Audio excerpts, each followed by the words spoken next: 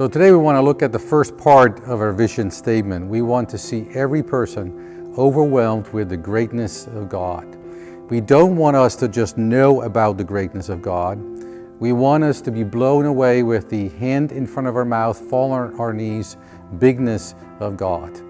It's the difference between reading about the Rocky Mountains and actually going to the Rocky Mountains and taking in all its beauty. Now, this desire to be overwhelmed with God's greatness is a biblical desire.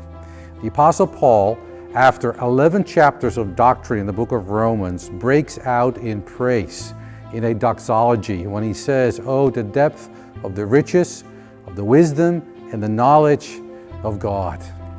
And David in Psalm 34 invites us to taste and see that the Lord is good. Not just know that the Lord is good, not just explain to other people that the Lord is good, but taste it, savor it, delight in it.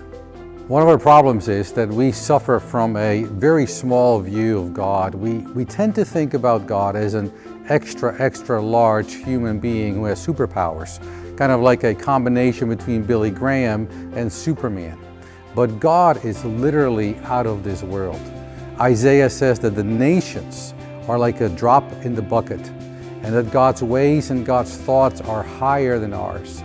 God knows everything about everybody, everywhere. He knows what happens at the Kremlin, and He knows what happens in your living room. He owns a cattle on 1,000 hills. Everything comes from Him and exists by His power and is intended for His glory. Now, when we see God more and more for who He is, and when we become more and more overwhelmed with His greatness, it will change us. The things that we ought to do as Christians, we discover we want to do. Worship is no longer rote. Sharing our faith becomes as natural as breathing.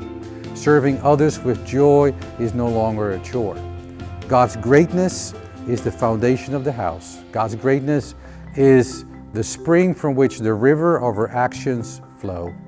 And so we invite you to join us in becoming big God Christians who are committed to a big God church who is overwhelmed with the greatness of God.